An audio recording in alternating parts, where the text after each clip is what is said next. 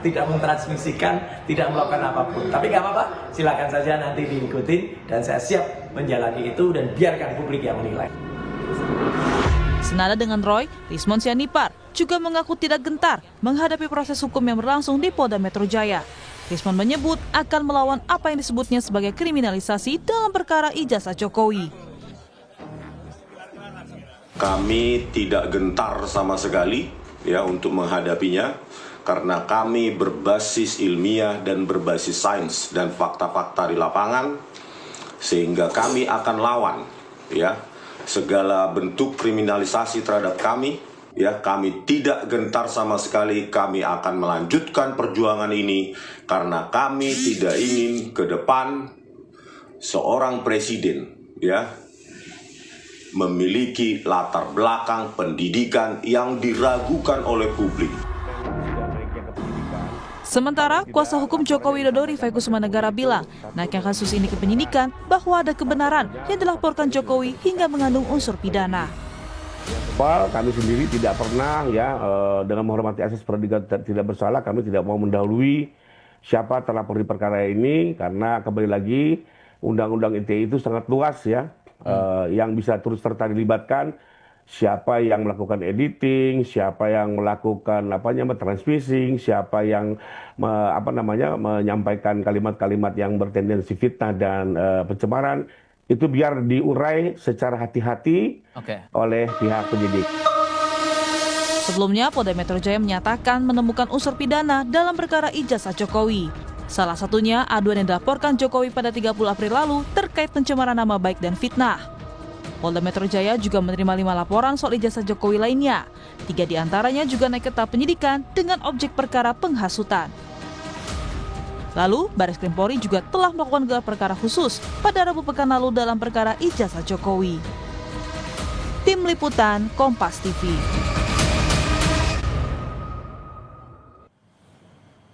Saudara, perkara kasus ijazah palsu yang dilaporkan Presiden ke-7 Republik Indonesia Joko Widodo naik ke tahap penyidikan.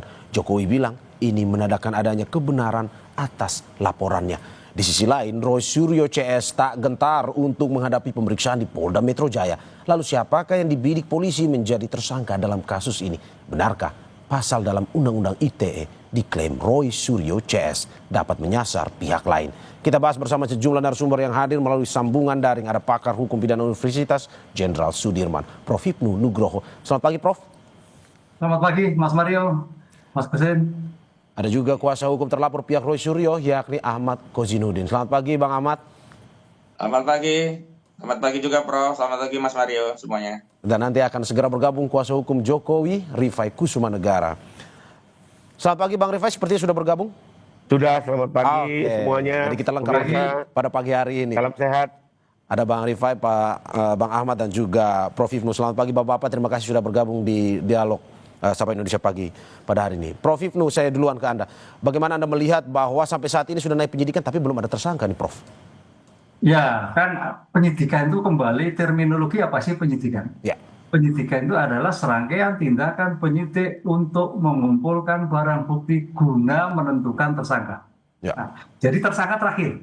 Oleh karena itu, saya kira Polda Metro Jaya mulai hari ini sudah harus mengumpulkan bukti-bukti. Apakah bukti itu bukti elektronik, bukti keterangan, bukti media, termasuk saksi-saksi yang kemarin di tingkat sidik dipanggil, Bang Roy CS, termasuk mungkin Pak Jokowi juga dipanggil kembali untuk pada tingkatan penyidikan.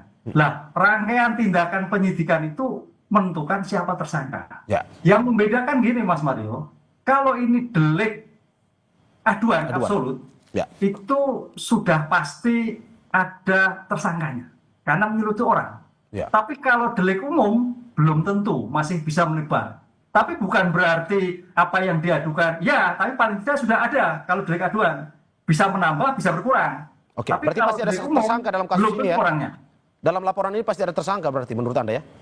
Ya, pengadu biasanya sudah dimintai. Siapa kira-kira yang menjadikan, kan ada beritanya kan, ya. Itu loh. Nah, itu untuk memudahkan. Itu yang membedakan delik umum dan delik aduan. Ya. Oke, dan dari terlapor yang ikuti rangkaian pemeriksaan kemarin, apakah peluang menjadi tersangka?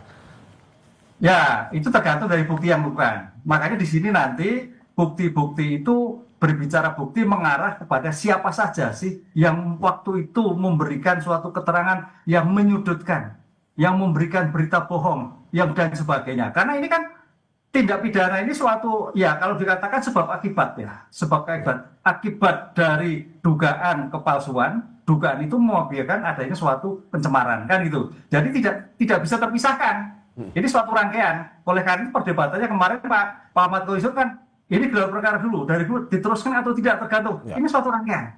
Walaupun suatu yang berbeda, tapi tidak bisa dipisahkan. Oleh karena itu mudah-mudahan nanti dalam hal penyidikan ini menjadikan terbuka semua, baik terhadap pencemaran termasuk ijazahnya diberikan dalam suatu pembuktian dalam pemeriksaan yang bersangkutan. Oke, saya ke Bang Ahmad. Bang Ahmad, klien Anda punya potensi untuk menjadi tersangka dalam kasus ini. Tanggapan Anda seperti apa? Ya, yang pertama memang proses penyelidikan ditingkatkan menjadi penyidikan itu kewenangan subjektif aparat penegak hukum, dalam ini polisi di Polda Metro Jaya. Tapi tahapan, proses dan prosedur dalam peningkatan penyelidikan menjadi peningkatan itu adalah suatu hal yang objektif yang bisa dinilai oleh para pihak termasuk kita semua rakyat Indonesia. Dan dalam konteks itulah saya menilai ini Polda kebelet ingin memenjarakan orang. Karena demikian, sebagaimana Prof. Ibnu tadi sampaikan bahwa kasus ini tidak bisa dilepaskan dengan dugaan ijazah palsu yang sudah dilakukan prosesnya di Barreskrim Mabes Polri. Dan terakhir, Barreskrim sedang mengadakan gelar perkara khusus oleh Biro Wasidik yang sampai hari ini belum diketahui hasilnya. Semestinya proses ini baru bisa dilanjutkan setelah tegas jelas ada hasil dari Barreskrim Mabes Polri tentang Biro Wasidik, apa hasil dari gelar perkara khusus.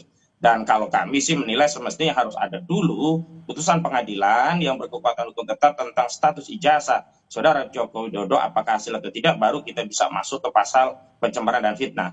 Tetapi sejak awal intensi dari pelaporan ini bukan sekedar untuk menegakkan hukum terkait fitnah dan pencemaran, tetapi sudah ada rangkaian rencana jahat kriminalisasi dengan menyelundupkan sejumlah pasal yang tidak ada kaitannya dengan jasa palsu dengan ancaman pidana di atas 5 tahun yang target utamanya adalah agar pihak-pihak yang dianggap bermasalah ini bisa ditahan pada proses penyidikan. Misalnya pasal 32 dan 35 Undang-Undang ITE. Belum lagi ada laporan-laporan lain yang dikonsolidasi dari Polda yang tidak ada kaitannya. Ini juga dikonsolidasi dan dijadikan dasar untuk peningkatan penyelidikan ini menjadi penyidikan. Oke, Bang Ahmad, berarti Anda mau bilang ini adalah sebuah tindakan kriminalisasi terhadap Roy Suryo CS ataupun dengan sengaja untuk menjerat Roy Suryo. Menurut Anda seperti itu?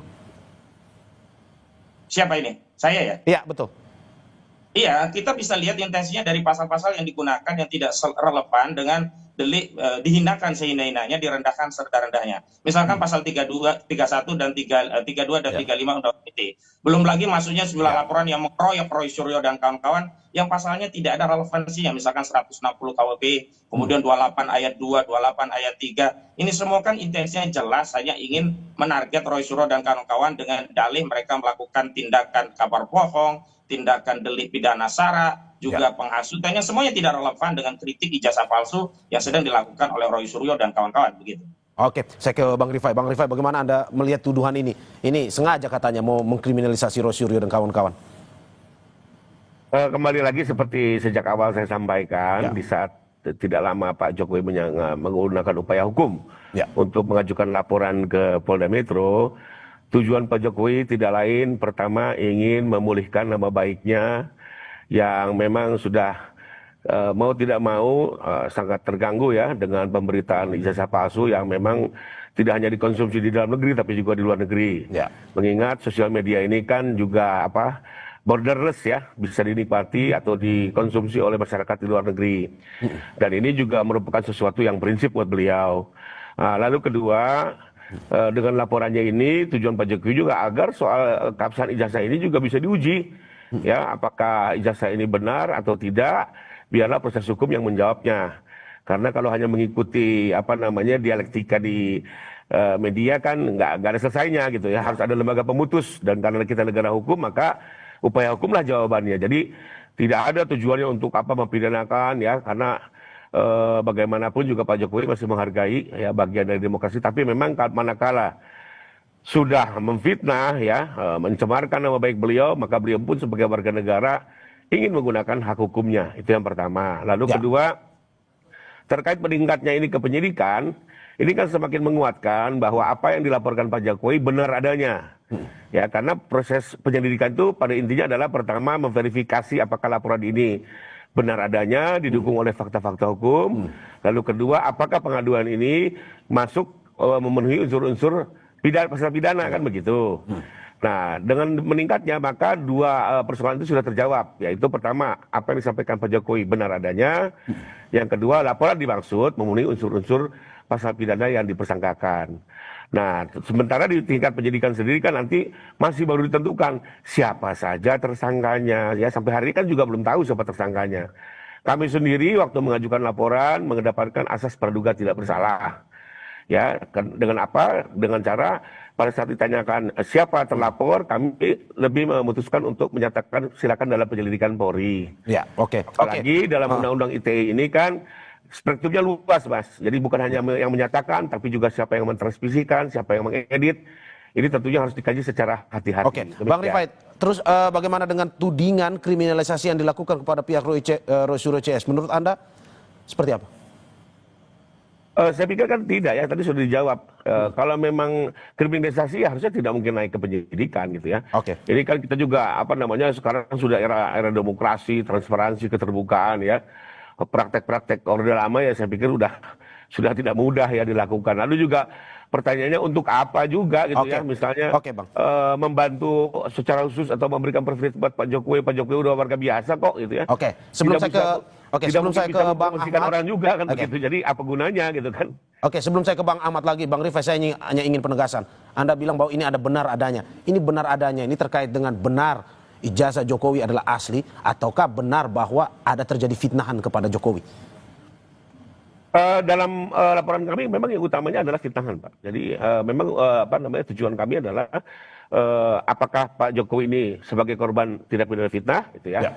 Itu yang harus digali lebih dalam oleh penyidik, lalu termasuk juga pencemaran nama baik. Dan satu lagi ya, yang menjadi pertanyaan kami adalah karena dalam 24 objek yang kami laporkan ya, ada sebuah tayangan di mana seolah-olah ada beberapa pakar yang mengklaim dirinya sebagai ahli digital forensik, melakukan menggunakan teknologi-teknologi tertentu, dan pada akhirnya tahu-tahu menyimpulkan bahwa ijazah Pak Jokowi ini palsu gitu ya. Nah ini yang buat kami ini menarik gitu ya. Apakah benar kemajuan teknologi saat ini bisa merubah sesuatu yang asli menjadi palsu? Karena Pak Jokowi kan meyakini loh, beliau kuliah sejak tahun 80 hingga 85, menjalani secara penuh sampai mendapatkan ijazah. Kok tahu-tahu ada sebuah tampilan teknologi yang bilang bahkan ijazah ini dimiliki oleh Dul Matno ya. Nah ini kan sesuatu yang menarik. Apakah betul seperti itu adanya gitu loh? Oke, Bang, saya ke Bang Ahmad. Bang Ahmad, bagaimana Anda melihat bahwa ya ini tidak ada upaya kriminalisasi sebenarnya? Ini murni proses hukum yang terjadi dan juga ini pembuktian oleh pihak polisian. Menurut Anda seperti apa? Bang Ahmad, tadi putus saya ya sekarang ya? Ya betul, Bang Ahmad. Baik. Meningkatnya proses penyelidikan ini menjadi penyidikan justru itu konfirmasi kriminalisasi sedang, telah, dan akan terus terjadi. Yang kedua, kenapa sih kita persoalkan? Kenapa? Karena metode untuk mengembalikan kehormatan Saudara Joko Widodo itu tidak nyambung. Saudara Joko Widodo merasa dihinakan sehina-hinanya, direndahkan sehina-hinanya karena ijazahnya palsu. Metode praktis untuk mengembalikan wibawa dan kehormatannya adalah dengan menunjukkan ijazahnya asli, selesai. Bukan dengan melaporkan orang ke polisi. Laporan orang ke polisi itu ujungnya penjara. Tidak ada laporan ke polisi itu ujungnya kemudian diberi makanan enak dan seterusnya, lalu fasilitas mewah. Tidak, akan berujung penjara. Dan kita lihat intensi kriminalisasi itu terbaca manakala laporan tadi tidak fokus dengan pasal 310 KUHP, 311 KUHP, dan 227A Undang-Undang ITE yang ini merupakan gendus delik pasal yang berkaitan dengan pencemaran dan fitnah. Tetapi sudah disusupkan di sana ada pasal 35 yang ancaman pidananya 12 tahun dan pasal 32 Undang-Undang ITE yang ancaman pidananya 8 tahun. Dan di dalam KUHP, orang dengan ancaman pidana di atas 5 tahun itu bisa dilakukan penahanan. Intensi kasus ini adalah ingin segera mentersangkakan, dan dalam proses pentersangkaan itulah ingin segera memenjarakan orang, padahal pada saat yang bersamaan Oke. aktivitas memenjarakan orang ini tidak bisa memulihkan wibawa dan kehormatan saudara Joko Widodo, karena masyarakat itu hanya bisa memulihkan wibawa itu manakala tahu ijazahnya itu asli, dan Oke. ini sudah terbukti saat Oke. Bambang Tri Mulyono dan Gus Dur dipenjara oleh Pengadilan Negeri Surakarta, hingga sampai hari ini masyarakat masih terus mempertahankan iqbal soal ijazah palsu. Oke, Bang. Selanjutnya, Oke, Bang saya Ahmad, ingin tapi kan menekan- sebenarnya untuk permasalahan ini kan beda-beda sebenarnya. Untuk ijazah sendiri, oke di Barreskrim, tetapi ya Pak Jokowi juga punya hak dong, dalam arti bahwa merasa dirinya difitnah untuk melaporkan ke Polda. Dalam arti ini memang sesuai sejalur hukum. Menurut Anda itu bagian masih dari kriminalisasi dan memang harusnya Pak Jokowi menunjukkan ijazah aslinya untuk menghentikan kasus ini atau bagaimana? Justru kriminalisasi itu kan menjadikan suatu peristiwa yang bukan pidana kepada pidana melalui aparat penegak hukum dengan kekuasaan aparat penegak hukum. Kalau dulu era Orde Lama menggunakan kekuatan militer, yakni kekuatan tentara, era hari ini kriminalisasi era Represi itu menggunakan aparat kepolisian dengan dalih penegakan hukum melalui sebuah peristiwa yang sebenarnya tidak ada kaitannya dengan peristiwa pidana, lalu kemudian dicari-cari masalah dan kemudian dijadikan peristiwa pidana. Dan hari ini terkonfirmasi. Yang kedua, tidak bisa dipisahkan antara Barreskrim Mabes Polri dengan Polda, karena sederhananya demikian. Orang dituduh memfitnah, ijazahnya palsu. Orang dituduh mencemarkan nama baik, ijazahnya palsu. Dia harus dibuktikan bahwa ijazah itu asli. Sepanjang ijazah ini belum dibuktikan asli, maka tidak bisa tuduhan itu dilanjutkan. Nah, tuduhan ijazah ini ya palsu itu bisa dihentikan manakala di Barreskrim dilanjutkan ke pengadilan, dan di pengadilan terdapat kekuatan putusan pengadilan menyatakan ijazah ini absah dan kemudian Jokowi dinyatakan tidak bersalah. Nah, dari putusan itulah baru bisa masuk kepada proses adanya dugaan tindakan fitnah dan juga pencemaran. Dan kalau kita kembalikan kepada dasar-dasar bukti terkait argumentasi ijazah ini bermasalah, kan sudah banyak disampaikan kepada publik tentang masalah-masalah yang ada pada ijazah ini, baik dokumen ijazah serta sejumlah riwayat pendidikan saudara Joko Widodo. Tetapi terkait ijazah ini asli belum pernah ditunjukkan, yang ada hanyalah testimoni yang kita butuhkan saat ini adalah keterangan, bukan keterangan testimoni, bukti. Dan bukti yang paling punya kekuatan dalam masalah ini adalah ijazah asli, dan itu harus ditunjukkan, dan ini yang tidak pernah dilakukan oleh saudara Joko Widodo. Saya ke Prof. Ibnu, bagaimana Anda melihat bahwa apakah memang dari bukti-bukti yang diterima oleh polisi memang ini sudah masuk sebenarnya, udah cocok udah kuat untuk masuk ke tahap penyidikan? Karena dari Bang Ahmad, dari kuasa hukum Roy Suryo, mengatakan bahwa ini ijazahnya harus ketahuan asli dulu, tunjukin dulu, baru kita ngomong soal tahap penyidikan ini. Atau bagaimana menurut Anda, Prof. Ibnu? Ya, bicara hukum harus ada ujungnya. Ya. Bicara hukum harus pada selesai. Litis finire operate kan itu. Oleh karena itu, kayaknya ini bagian dari strategi Polda. Yang mungkin terlepas dari Mas Kausin kriminal tidak, tapi sebagai bentuk dinaikkan sebagai pencemaran, tapi juga nanti terkait dengan pembuktian keaslian. Ini yang menarik. Mudah-mudahan penuntut umum pun bisa juga melihat seperti itu, suatu rangkaian tidak terpisahkan. Nah, pertanyaannya apakah iya tidak, tergantung. Nah, kita ada dua dimensi. Ada dimensi yang terkait dengan pembuktian pencemaran, itu bukti-bukti yang diajukan Pak Jokowi. Tapi juga pembuktian pencemaran juga harus dilakukan dengan keaslian dulu, suatu yang tidak terpisahkan. Nah, di sini masih ada dua tahap di pemeriksaan di nanti kejaksaan. Benar nggak seperti ini bisa dilakukan? Kan gitu, misalkan seperti itu. Harus dua-duanya bisa jadi. Demikian juga nanti di persidangan. Bisa nggak dilanjutkan?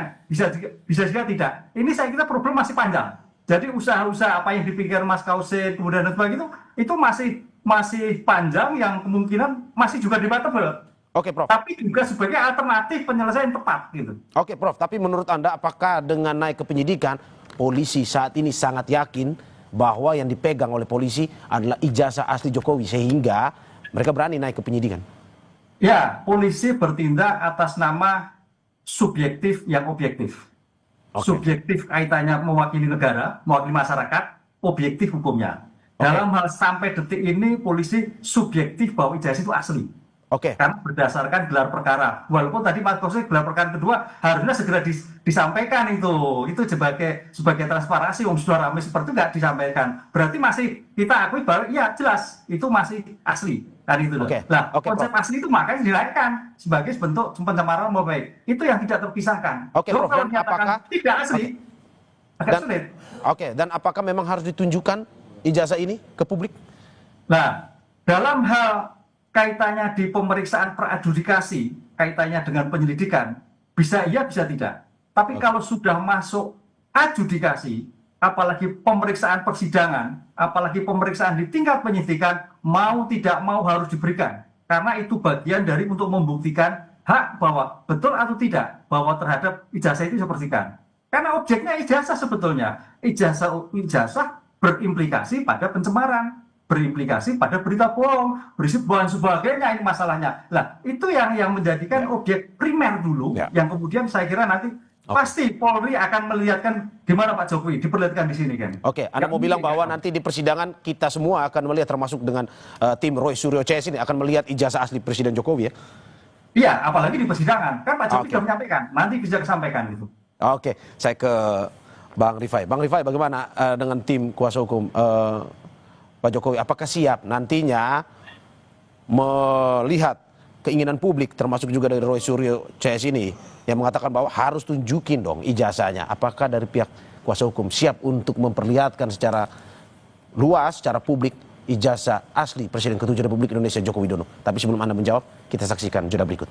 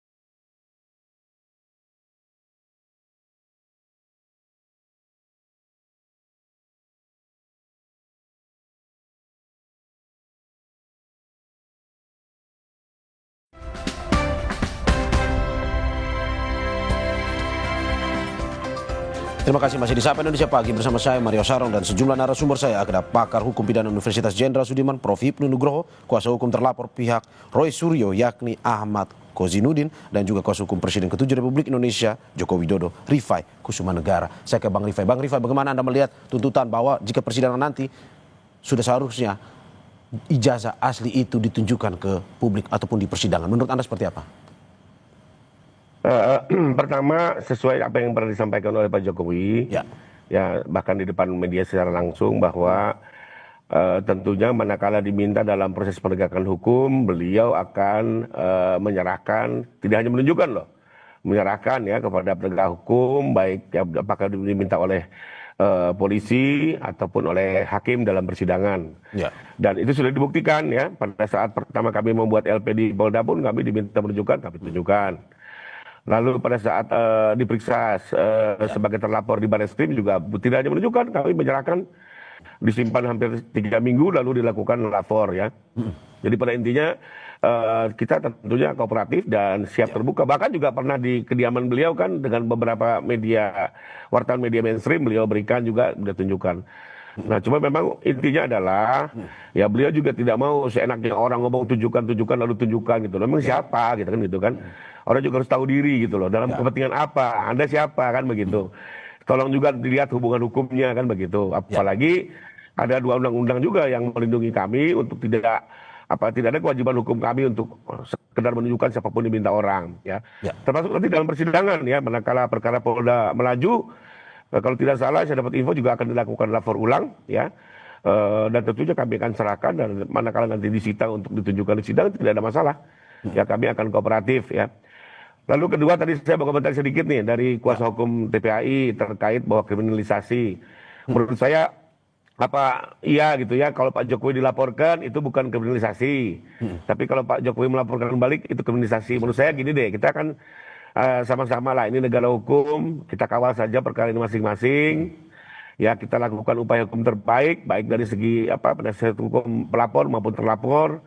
Kita gunakan hak hukum sebaik-baiknya, dan saya sendiri berharap persidangan ini nanti terbuka, fair trial ya, berimbang, dan bisa jadi pendidikan hukum buat masyarakat. Lebih kurang itu komentar saya. Oke, Bang Ahmad, bagaimana Anda melihat ini? Katanya kalau pas Presiden Jokowinya yang dilaporkan itu kriminalisasi, tapi kalau Presiden ke-7 Joko Widodo yang melaporkan katanya itu kriminalisasi buat Roy Suryo CS. Ini tanggapan Anda seperti apa? Sederhana saja, kalau penyidik atau penegak hukum itu memproses 2 laporan secara imbang, maka tidak ada kriminalisasi. Ini kan faktanya, Dumas TPUA, hanya Dumas loh tidak jadi LP, tidak diterima LP, itu tidak dilanjutkan, sementara Saudara Jokowi 30 April langsung menjadi LP dan sampai hari ini akhirnya ditingkatkan menjadi penyidikan. Itu satu soal menjadi parameter. Yang kedua, kalau kita mau fokus dulu soal ijazah ini asli atau tidak, itu kan ada 3 mekanisme. Melalui PT-UN, melalui perdata, dan melalui pidana. Melalui PT-UN tidak mungkin karena basicingnya sudah lewat 90 hari. Melalui perdata selalu saja ya di NU, dan kemarin di Surakarta akhirnya di NU, sehingga tidak bisa masuk untuk melihat ijazah karena apa? Dihentikan, belum sampai pokok perkaranya. Dan kalau melalui pidana, yang paling fair itu dengan pasal 263 KUHP. Dumas yang diajukan di Barreskrim, bukan melalui pasal fitnah dan pencemaran. Jadi tuntaskan dulu dugaan 263, kalau tidak terbukti Jokowi bebas, dan terbukti dalam pertimbangannya ditegaskan bahwa ijazah tersebut sah, tidak ada masalah, baru masuk ke pasal fitnah dengan modal putusan itu. Ini kan dipaksa, nggak seimbang. Kita diminta untuk membuktikan sesuatu, sementara kita menjadi terdakwanya nantinya. Kenapa? Karena untuk membuktikan ijazah dokumen asli itu bukan dalam konteks ya pasal 263 tentang dugaan pemalsuan dokumen, tapi dalam rangka untuk membuktikan 310 dan 311 KUHP. Dan di dalamnya juga memuat 32 Undang-Undang ITE, 35 Undang-Undang ITE, 160 KUHP, 28 ayat 2, 28 ayat 3 Undang-Undang ITE. Ini kan intensinya kelihatan jelas. Kalau tadi loh persoalannya hanya soal ingin mengembalikan marwah wibawa, ya udah nggak usah pakai pasal 35, 32. Fokus saja 311, 310. Kan itu laporan Saudara Jokowi, ada pasal 35 yang ancamannya 12 tahun, ada pasal 32 yang ancamannya 8 tahun. Ini kan intensinya jelas mau menjarain orang. Kalau memang targetnya mau menjarain orang, itu kan sudah dilakukan juga terhadap Gus Dur. Dan persoalannya kan di Gus Dur, sidang selama 6 bulan saya hadir, itu ijazah kan juga nggak pernah dihadirkan gitu loh. Apakah iya sekarang mau memperlama persoalan ini kalau memang ada asli dengan menunjukkan ijazah, itu juga selesai dengan dalil tidak punya kewenangan dan sebagainya. Ada hubungan hukum warga negara dengan Presiden ke-7. Dia dulu itu pernah memegang jabatan sebagai kepala negara dan kepala pemerintahan selama 2 periode. Dan menjadi hak warga negara ingin tahu, bertanya, apakah presidenku punya ijazah asli atau sebaliknya? Memang ijazahnya palsu. Dan tinggal dijawab, ini loh rakyatku, aku dulu memimpinmu 10 tahun, ijazahku asli. case close gitu Oke. loh. Nggak perlu ada korban, nggak ada yang perlu masuk penjara, nggak perlu ada yang dihinakan sehina-hinanya, nggak perlu ada yang direndahkan sedarah-darahnya. Sesimpel itu begitu loh. Oke, tapi kan memang sudah ada Mas Ahmad disclaimer bahwa itu sudah ada Barreskrim bilang itu valid. Ini Polda pun begitu. Bagaimana Anda melihat ini? Bahwa ini sudah ada pernyataan dari satu institusi polisi yang menyatakan bahwa itu valid. Sepanjang tidak ada perdebatan sengketa terkait apakah absah atau tidak dokumen ini, sebenarnya otoritas UGM pun cukup. Tapi hari ini kan dipersoalkan. Kalau ada persoalan hukum, maka otoritas yang paling berwenang untuk menentukan satu sengketa antara para pihak ini ya putusan pengadilan. Dan ingat, putusan pengadilan itu tidak hanya putusan judek faksi tingkat pertama, tapi harus judek juris tingkat Mahkamah Agung. Artinya harus berdasarkan putusan pengadilan yang berkekuatan hukum tetap. Maka di situ tidak ada lagi perdebatan. Kalau hari ini, mohon maaf, kalau versi Barreskrim, dulu kasus Joshua Huta Barat, versi Barreskrim seperti apa? Ternyata waktu diperiksa lebih lanjut berbeda. Dulu versi-versi penyidik dari kasus Vina Cirebon seperti apa? Ternyata kenyataannya berbeda. Karena itu hari ini kita tidak sedang mempersoalkan daripada kelembagaan dari institusi Polri, tetapi pada proses tahapan prosedur serta berbagai tindakan institusi penegak hukum kita yang harus kita kontrol. Dan saya sekali lagi mau konfirmasi, memang Saudara Joko Widodo bukan lagi presiden hari ini, tetapi naiknya kasus ini menjadi LP langsung diterima di 30 April, sementara Dumas nggak pernah naik-naik, lalu hari ini naik menjadi penyidikan, itu menjadi bukti bahwa Saudara Joko Widodo meskipun sudah purna tugas, tapi kekuasaannya masih melingkupi seluruh aparat. Karena itu saya tidak percaya kasus ini sebelum Kapolrinya diganti. Karena apa? Kapolrinya itu dulu yang melantik adalah Saudara Joko Widodo. Secara bahasa Jawa saja pasti bekewo, apalagi kalau sudah banyak hal-hal yang diberikan oleh Saudara Joko Widodo kepada Listio Sigit Prabowo. Karena itu, kalau ingin kepercayaan publik terhadap masalah ini bisa kredibel gitu ya, harusnya transparan. Nah, ini Polda mengulangi yang di Barreskrim ya, gelar perkara gak ngajak para pihak saja dipersoalkan dengan gelar perkara khusus. Hari ini gelar perkara sepihak, kamu nggak pernah dilibatkan. Dan laporan awal Saudara Jokowi, ini buktinya cuma apa? Fotokopi. Mana mungkin kemudian masyarakat melihat ini tidak ada kekuasaan yang bermain di sana. Soal bahwa ada bantahan-bantahan itu silakan saja, dan saya juga membalikan tafsiran-tafsiran tentang ada tidaknya kekuasaan bermain, ada tidaknya kriminalisasi dalam kasus ini kepada seluruh masyarakat. Demikian. Oke, Bang Rifai, bagaimana Anda melihat bahwa sebenarnya kalau dari kuasa hukum Roy Suryo dan teman-teman bilang ya sudah tunjukin saja ijazahnya, tidak perlu sampai melaporkan terkait dengan laporan teman-teman ini. Menurut Anda seperti apa? Ya, masalahnya kan tidak sesimpel itu. Contohnya, kita lihat sendirilah UGM sendiri sebagai lembaga yang memiliki otoritas sudah memberikan statement resmi ya secara terbuka, ya bahkan disaksikan oleh teman-teman alumni gitu ya. Sudah menjelaskan ijazah itu asli, kan tidak selesai gitu loh. Memang tujuannya kan bukan itu gitu ya, tidak hanya sekedar memverifikasi, ya tapi memang ini kan ingin terus diangkat menjadi isu politik ya. Dan kita sudah melihat itu ya, sekalipun kami orang hukum juga, tim kami juga ada tim politik juga yang memberikan masukan-masukan ya, tentunya tidak senaif itulah gitu ya. Kedua, pertanyaannya kalau ditunjukkan nih, apakah sekarang mata kita bisa melihat membuktikan ini asli atau tidak? Tentunya kan tidak kan. Kembali lagi apa? Laboratorium forensik yang menentukan. Ya, jadi ini sebenarnya kalau saya sih di awal dulu menyebutnya di jebakan Batman gitu ya. Ditunjukkan, nanti difoto, setelah difoto dikaji lagi secara digital forensik, yang memang sebenarnya nggak bisa gitu ya. Beberapa ahli juga sudah didengarkan, bukan hanya di mana-mana di media, banyak ahli digital forensik sudah banyak bicara bahwa memang untuk bukti ijazah itu harus secara forensik konvensional, tidak bisa dengan digital forensik. Karena apa? Seperti contoh uang palsu ya, uang palsu dengan uang palsu yang kita foto. Untuk menguji keaslian uang palsu kan tentu harus dilihat jenis kertas, jenis tinta, jenis benang pengaman. Itu semua kan bisa dilihat manakala diperiksa secara analog.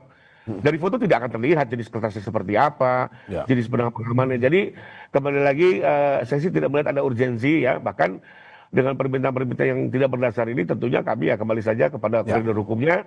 Apakah ada kewajiban hukum kami untuk menunjukkan? Kalau tidak ada, ya kita tunggu perintah hukum dari pengadilan.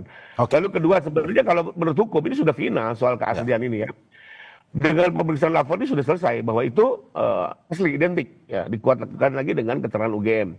Sebagai ilustrasi mungkin gini lah, dalam kasus kematian, ya kematian itu kan dijawab dengan otopsi, selesai. Ya. Tidak perlu putusan pengadilan yang menyatakan betul orang itu mati, tidak. Pengadilan itu hanya menentukan dua, satu siapa pelakunya, dua menjatuhkan pidana pembunuhan, ya penghukuman gitu ya. Tapi bahwa kematian ini apakah perlu dinyatakan oleh hakim? Tidak juga gitu ya. Karena kematian itu cukup dinyatakan oleh otopsi ya. Hakim sendiri nggak punya kewenangan untuk menentukan betul orang ini sudah mati secara kedokteran gitu ya. Termasuk juga soal laboratorium forensik ini sebenarnya sudah selesai. Ya, mau diuji berkali-kali pun sepanjang dilakukan dengan cara analog ya saya yakin itu asli ya. Dan ini linear dengan alat bukti lainnya, bukan sekedar lapor loh ya. Keterangan teman-teman Pak Jokowi ya, sekian puluh orang, masa semua orang mau berbohong? Ya, sehebat apa Pak Jokowi bisa bikin semua orang berbohong kan begitu ya? Naif sekali gitu. Termasuk juga dokumen administrasi perkuliahannya kan sudah diperiksa semua. Nah, lalu tadi terkait tuduhan jangan-jangan ada kekuasaan bermain, pertanyaannya. PN Solo ini baru menyatakan gugatan itu NO. Apakah ada kaitannya Kapolri dengan PN Solo gitu ya? Kan nggak ada hubungannya. Itu kekuasaan yudikatif yang terpisah ya. Jadi kembali lagi ya soal bahwa tentunya pihak terlapor akan selaku melakukan berbagai upaya untuk melakukan pembelaan, kami hargai karena kami juga sering di posisi itu ya. Tapi kembali lagi litis finiri operated ya, sesuai yang disampaikan Prof. Semua harus ada akhirnya, publik juga ingin dapat kepastian. Saya ke Prof Ibnu. Prof Ibnu, bagaimana Anda melihat perdebatan ini? Satu sisi ya tidak perlu harus menunjukkan secara langsung, ada ranah-ranahnya, ranah hukum untuk menunjukkan ijazah Jokowi. Tapi di satu sisi dari Rosyuri CS sudah ini perlihatkan dong untuk menghentikan kriminalisasi yang dianggap seperti itu. Menurut Anda seperti apa? Iya, ada dua dimensi ya menurut saya. Ya. Kalau bisa lebih cepat lebih baik kan gitu. Lebih cepatnya apa? Lebih cepat nih? Iya, karena ini kan delik aduan. Iya. Delik aduan itu semua tergantung pada pengadu. Ya. Jadi kalau Pak Rifai, Pak Jokowi itu sudah mencabut, sudah selesai kan gitu loh. Dengan catatan sudah menerima, clear, tidak ada masalah, selesai, nggak usah sidang. Iya. Itu delik aduan. Dan nanti di tingkat penyidikan, penuntutan pun juga masih bisa cabut. Nah, pertanyaan yang kedua, kalau Mas Maksudin itu masih panjang. Nah, disitulah nanti uji forensik rame. Nanti. Karena ilmu forensik itu adalah ilmu bantu. Ya. Ilmu bantu untuk menjelaskan. Siapa yang menilai, itu komprehensif nanti. Ya. Karena sarjana hukum, Pak Rifai hukum, Pak Oni hukum, hakim hukum nggak bisa menilai identik atau tidak betul-betul ahli. Oleh karena itu, kalau memang nanti sampai pada titik tadi Mas Kaisudin pengadilan negeri banding kasasi, itu harus mungkin ada ahli yang independen, mungkin pertanyaan seperti itu. Yang independen yang melihat secara objektif terhadap nilai hasil forensik yang paling pasti juga betul Pak Rifai berkaitan dengan bukti lain, berbukti lain, dan bernilai terhadap keterangan-keterangan lain. Jadi tidak bisa berdiri sendiri bukti forensik ini. Ini kalau seandainya jalan. Tapi mudah-mudahan tidaklah. Selesai, close, damai, dicabut begitu. Prof Ibnu, menurut Anda masih ada kesempatan untuk akhirnya ini tidak menghukum orang, dalam arti mungkin saja ada dari pihak yang minta maaf atau dari Pak Jokowinya yang mencabut laporan, masih ada walaupun sudah naik ke tahap penyidikan? Ya, masih ada karena delik aduannya absolut. Oleh karena itu nanti seandainya nanti di penyidikan dipertemukan oleh Polda, ini loh ijazahnya, ini loh Pak Kasudin, ini loh Mas Roy dan sebagainya. Oh asli ya sudah minta maaf. Clear. Kemarin kalau nggak salah dari teman-temannya klien Pak Kasudin, kalau sudah tunjukkan selesai kan cabutlah. Itu suatu yang baik. Jadi jangan berlarut-larut. Ini yang menjadikan suatu alternatif penyelesaian bisa panjang, bisa singkat. Semuanya tergantung Pak Rifai dan Pak Kasudin ini apa yang akan dilakukan nanti. Saya ke Bang Ahmad. Bang Ahmad, bagaimana Anda melihat ini? Apakah memang Anda tetap ingin terus pada akhirnya ya sudah ini kita damai saja, biar tidak naik tahap penyidikan, ataukah Anda bersama klien-klien Anda, Rosyuri CS ini, ya sudah kita tak gentar lah, kita hadapi di persidangan? Ya, kalau soal kami itu kan di Bariskin kami sudah pada posisi tidak berdaya. Karena pertama, laporannya cuma dianggap dumas. Kedua, sudah dihentikan. Nah, harapan paling tinggal satu, gelar perkara Biro Wasidik itu. Tapi ketika penyelidikan di Polda ini dinaikkan jadi penyidikan, kami kemudian punya kesimpulan, apa yang akan dilakukan Biro Wasidik akhirnya akan melegitimasi apa yang sudah diumumkan oleh Bariskin Mabes Polri tentang penghentian penyelidikan dugaan pidana dokumen palsu Jokowi. Nah yang kedua, saya juga agak khawatir karena apa? Karena laporan ini kan tidak hanya subjektif oleh Joko Widodo, ada laporan-laporan lain yang ikut wong legan golek momongan ini. Hiruk pikuk dalam kasus ini. Saya khawatirnya nanti Jokowi mencabut dengan narasi kami sebagai orang yang punya sikap negarawan, tidak perlu kegaduhan, mencabut. Nah, setelah itu selebihnya ya silahkan para pihak. Akhirnya yang maju adalah buzzer-buzzer yang bikin laporan. Akhirnya kalau misalkan kegaduhan pihak tidak akan selesai meskipun Saudara Jokowi sudah mencabut laporannya dengan dalih bahwa yang dilaporkan oleh buzzer-buzzer yang lain itu adalah delik umum. Bang, kalau misalkan pihak dari pihak Jokowi tidak mencabut, apakah Anda siap untuk terus atau berdamai? Oh iya iyalah, karena nggak ada pilihan. Karena kita juga ingin agar Saudara Joko Widodo juga diperiksa. Saya yakin ya pemeriksaan di luar dengan saat di persidangan itu berbeda. Karena kami bisa bertanya tentang banyak hal, tentang banyak soal kredibilitas seorang Joko Widodo. Sehingga kenapa sih hari ini Joko Widodo menyatakan asli masyarakat tidak banyak percaya? Itu berkaitan dengan kredibilitas seorang Joko Widodo. Dan hari ini kalau kita bicara tentang kebohongan apakah mungkin? Nah, saya meminjam istilah Rocky Gerung ya kekuasaan itu paling otoritatif untuk menciptakan kebohongan yang akan ditunduk atau ditindaklanjuti oleh seluruh aparat negara. Hari ini kan semua udah kadung nyemplung, emang problemnya di situ. Semua sudah kadung nyemplung, MPR kadung nyemplung, DPR kadung nyemplung, partai sudah kadung nyemplung 10 tahun diam saja. Nah, tiba-tiba ada bukti yang bisa mengembalikan persoalan ini pada persoalan lampau Gus Nur, itu yang menjadi soal saya kira. Bukan masalah Jokowi tidak mungkin berbohong soal ijazahnya. Begitu. Saya ke Bang Rifai. Bang Rifai, bagaimana Anda melihat ini kalau misalkan pada akhirnya minta berdamai, apakah dari pihak Jokowi mungkin terketuk hatinya untuk berdamai, ataukah ya sudah lanjut terus saja kita? Sebagai advokat ya kami juga tentunya terikat pada kode etik di mana setiap advokat itu juga harus mendorong atau paling tidak jangan menghalangi niatan untuk berdamai ya, karena itu sesuatu yang diatur di kode etik dan kami juga tentunya akan menaati itu. Nah, kedua, waktu ini fakta ya, jadi waktu beliau menandatangani surat kuasa, beliau secara langsung bertanya kepada saya, ini kalau nanti dalam perjalanan dicabut bisa nggak? Saya langsung menjawab pertanyaan beliau. Pertama, Pak, ini ada delik aduan. Delik aduan itu kapanpun juga Bapak bisa cabut. Sekalipun ada juga pasal-pasal yang bersifat delik umum. Hari ini kita mengenal restoratif justice ya, di mana bisa saja ini perkara dihentikan sepanjang disepakati oleh para pihak. Karena itu syarat dari restoratif justice. Nah, jadi kalau saya lihat sih niatan itu ada, tapi kembali lagi, apakah sekarang beliau masih membuka diri ya? Saya belum konfirmasi ke beliau ya. Intinya sih waktu kemarin statement terakhir beliau kan sebenarnya dengan kata kasihan itu kan sebenarnya beliau sendiri juga tidak menginginkan, tapi karena ini terus ya tidak berhenti, karena kami juga sudah memberikan somasi terbuka 2 kali ya.